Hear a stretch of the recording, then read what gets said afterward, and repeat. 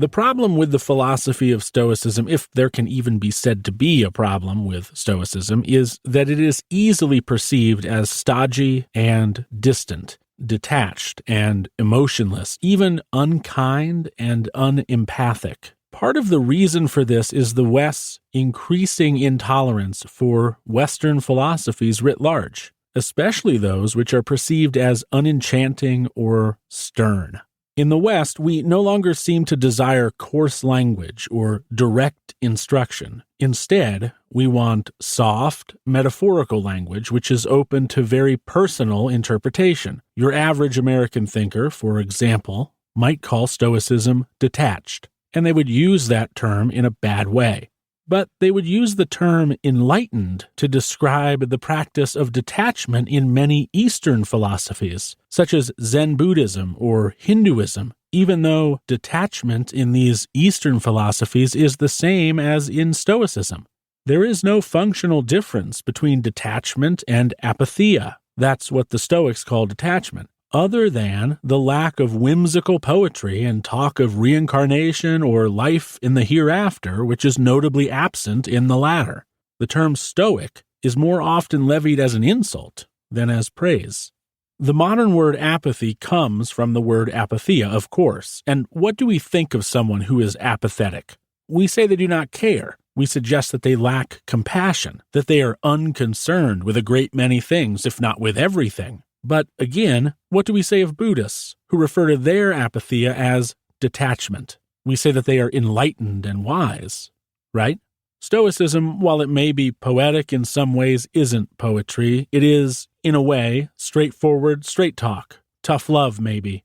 But in many, many ways, it is teaching a doctrine very similar to Zen Buddhism. It just does so, for the most part, without poetry, metaphor, or talk of nirvana and other worldly spiritual ascension.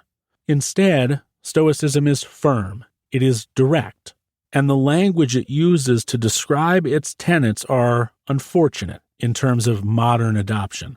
There is talk of virtue and providence, and when was the last time you heard those words used outside of a church or a courtroom or a ritual ceremony of great pomp and circumstance? The very vocabulary of Stoicism is antithetical in comparison to 3,000 years ago to how soft and comfortable modern times and modern individuals have become. Many believe we have no use for tough love, for straight talk, for direct or, goodness forbid, coarse language. But is that true? Perhaps we will figure that out in future episodes. But for now, let me wrap up this introductory trailer with this. Stoicism's primary goal is not to train you to accept things the way that they are, to then throw your hands up in the air and say, "Que sera, sera," and steel your heart to all emotion. Instead, its goal is to condition your mind to cease its arduous struggle against what is, so that you might move on from being stuck in a state of perpetual lamenting of circumstances and begin, instead, to focus on changing those things in your life which you can control and which, once controlled by a virtuous mind, transform you, your community, and your world into something better.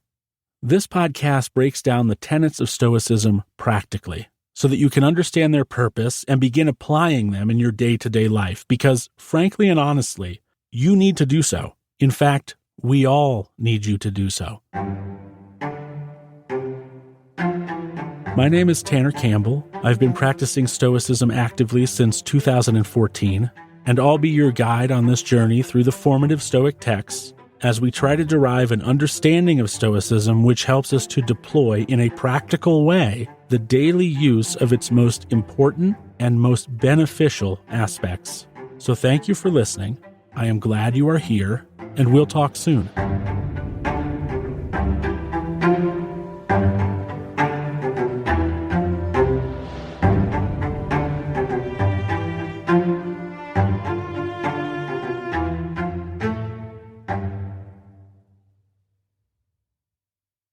Being a parent can be really challenging. Child and Family Resource Network focuses on connecting pregnant parents and those with kids under the age of 5 with free support services to help them on their parenting journey. Everyone deserves someone they can turn to for help with parenting. Visit childandfamilyresourcenetwork.org today.